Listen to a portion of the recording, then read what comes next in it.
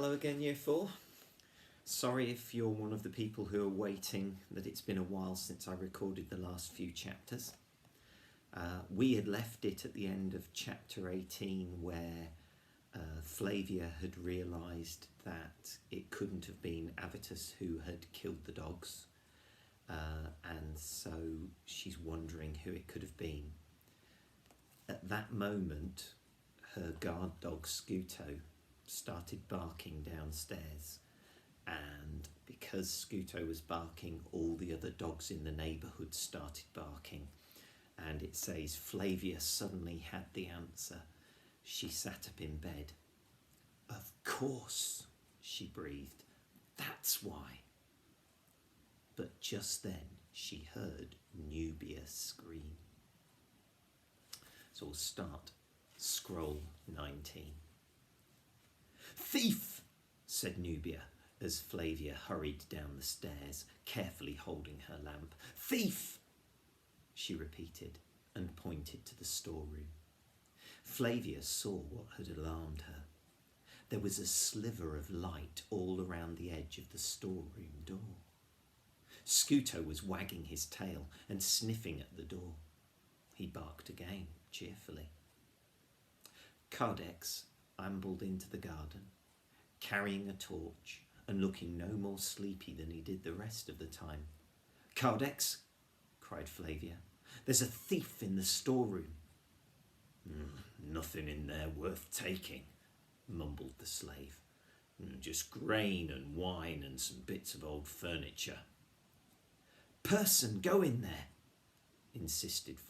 said Nubia. "And I can see a light," insisted Flavia. Cardex squinted at the door and scratched his head. "All right," he said with a shrug, and moved towards the door. The flames of his torch threw flickering bars of shadow from the columns onto the wall. Flavia and Nubia clung to each other as Cardex cautiously opened the door, and Scuto wagged his tail. "What's all this noise?" Alma padded in, carrying a clay lamp. She was barefoot and had tied her hair up with a scarf. The lamp, lighting her face eerily from below, made her look like a stranger. "There's a thief in the storeroom," said Flavia, "and I'm sure it's the person who killed the dogs." Suddenly, from the storeroom came two yells, one high and one low. Scuto, standing just outside the doorway, began to bark again. "Got him!" they heard Cardex grunt, and then, in a slightly muffled voice, "Gotcha, thief!" He emerged from the storeroom. In one hand, he held the flaming torch, and in the other, he carried a squirming boy. "Lupus!"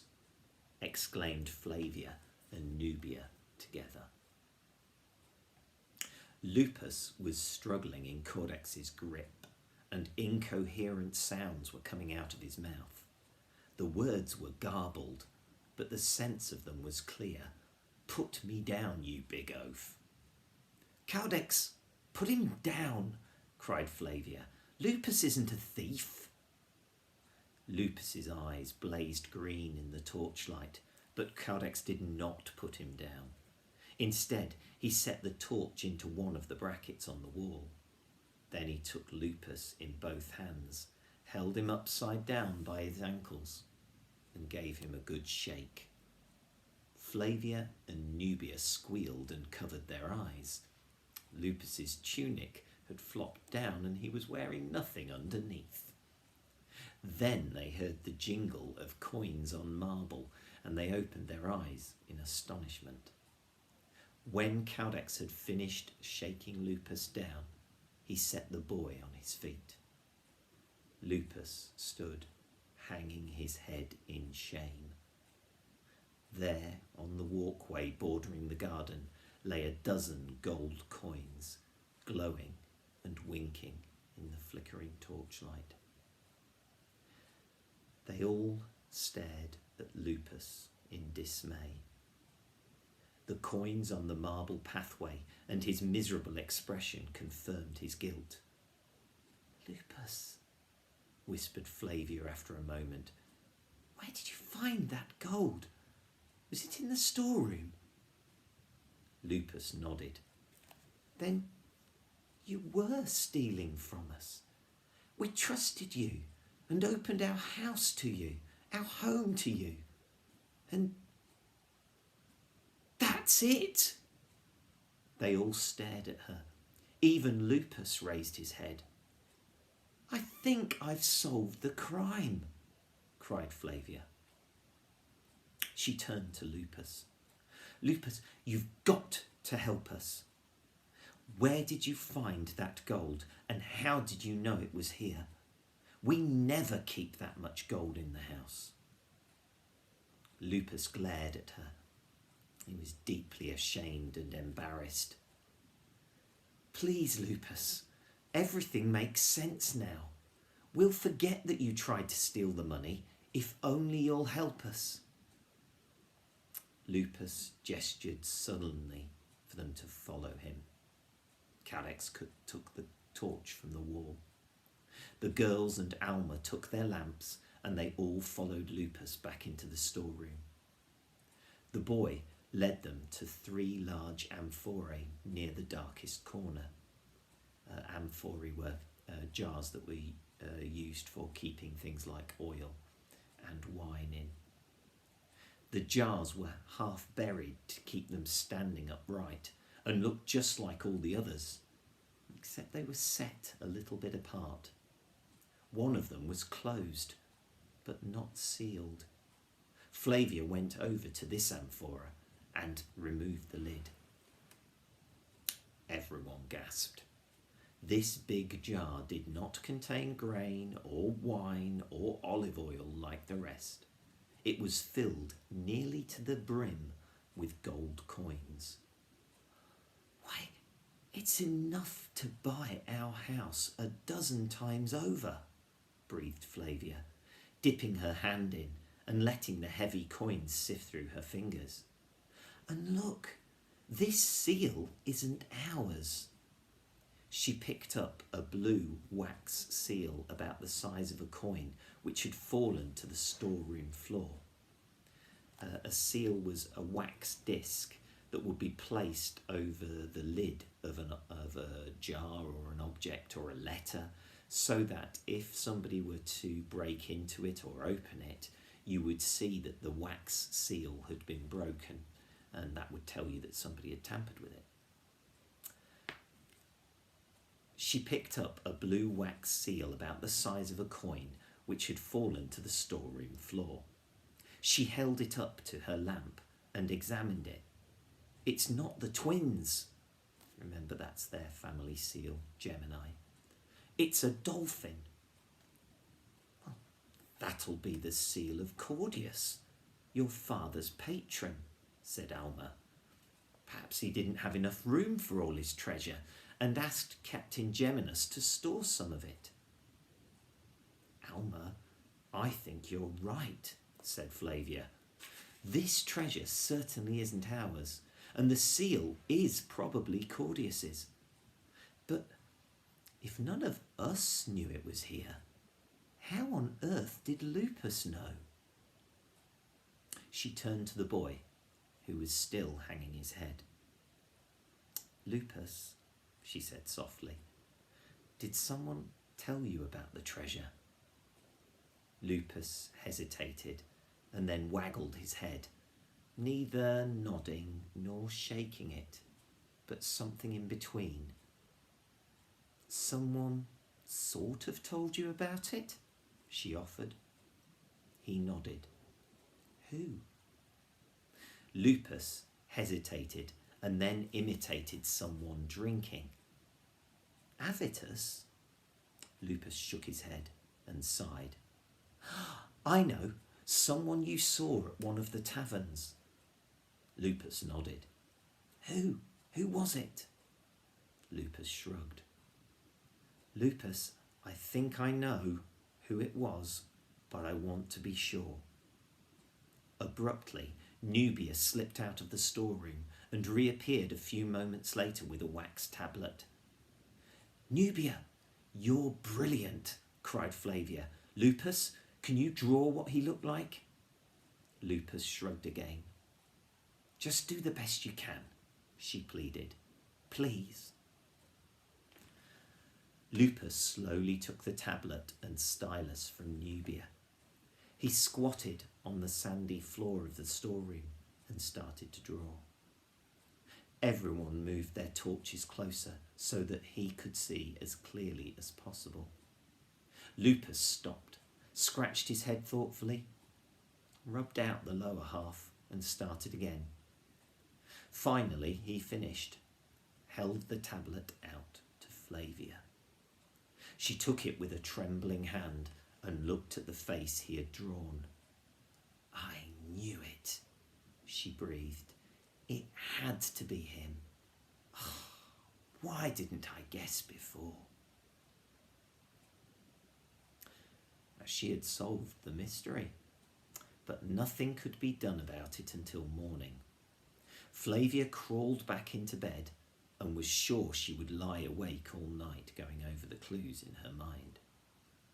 But she was wrong.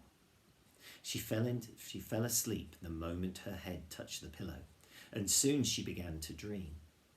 She dreamt about Avita Procula. In the dream, the little girl was being chased by wild dogs. Suddenly, a huge magpie flew down and carried Avita up into the air. Avita was laughing and waving at Flavia, who stood on the ground. As Flavia watched the girl disappear into the heavens, she realised the dogs were coming towards her. She turned and ran, but although her heart was pounding, she ran slowly, as if she were moving through sticky honey. And in her dream, she heard the dogs barking grow closer and imagined she felt their hot breath on her legs. She had dreamt this dream before, and she knew she always woke just as the animals leapt for her with open jaws. But this time, something was different. Without turning around, she realised that there was now only one dog pursuing her. One dog with 3 horrible heads, Kerberos, the hound from hell. In her dream, she heard someone screaming again and again, and the screaming didn't stop. Quick slurp.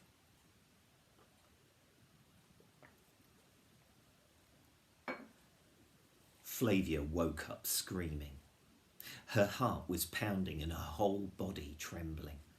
She was groggy and confused and wondered how she could be awake when she still heard screaming. It was an awful scream, a woman's hysterical expression of pure horror. Strangely, it sounded like Alma. Flavia swung her feet out of bed, but she was clumsy and half asleep, and she banged her toe on the bedside table. Automatically, she took up her clay lamp before she stumbled out onto the balcony. The moon was almost directly overhead. It poured a wash of eerie light onto the back garden below, making the shadows inky black. By the stars in the sky and the damp in the air, Flavia knew it must be the middle of the night. She stood hesitating, and while she stood, she heard a man's cry, short and involuntary. "Codex?" Although she was trembling, she made her way carefully downstairs and crossed the garden by the moonlit path. The pebbles hurt her bare feet, but she didn't want the dangerous black shadows behind the columns to touch her. "Nubia," she whispered. "Alma!" Up ahead, a flickering light moved, and the scent of a pitch pine torch reached her nose. Another moan echoed from the atrium. The corridor looked like a gaping throat ready to swallow her with shadows, so she ran down it as fast as she could. A wave of relief swept over her as she saw 4 familiar figures and 1 dog, silhouetted by the orange light of a torch. They were standing at the open front door, and when they heard her feet pattering on the marble floor of the atrium, they all turned to look at her. In each of their faces was reflected a different kind of horror. Even Scuto was whimpering. They were so stunned that none of them made a move to stop Flavia from looking at the thing in the street. She passed between Nubia, who was trembling, and Lupus, who crouched like an animal about to flee. Flavia stopped in the doorway. There, in the moon-washed street, stood a trident, the kind fishermen use to catch fish. It's a bit like a spear, but with 3 prongs at the top. A trident, try being 3. Its base was wedged tight between paving stones, and its 3 prongs pointed up towards the cold stars. On each of the 3 points was planted a severed dog's head. One was white, one black, and one red. Each pair of milky blind eyes was staring directly at Flavia. She heard a scream and realised it was coming from her own throat. A wave of black nausea washed over her as the unseeing eyes of the hounds stared into hers. The dogs' heads filled her vision and became the 3 heads of the undead creature who guarded the underworld. The blood pounded in her ears like rhythmic thunder as the heads of Kerberos receded until they were 3 points at the end of a long tunnel. Finally, even the 3 pin-sized heads were snuffed out, and she was sucked down after them into the darkness.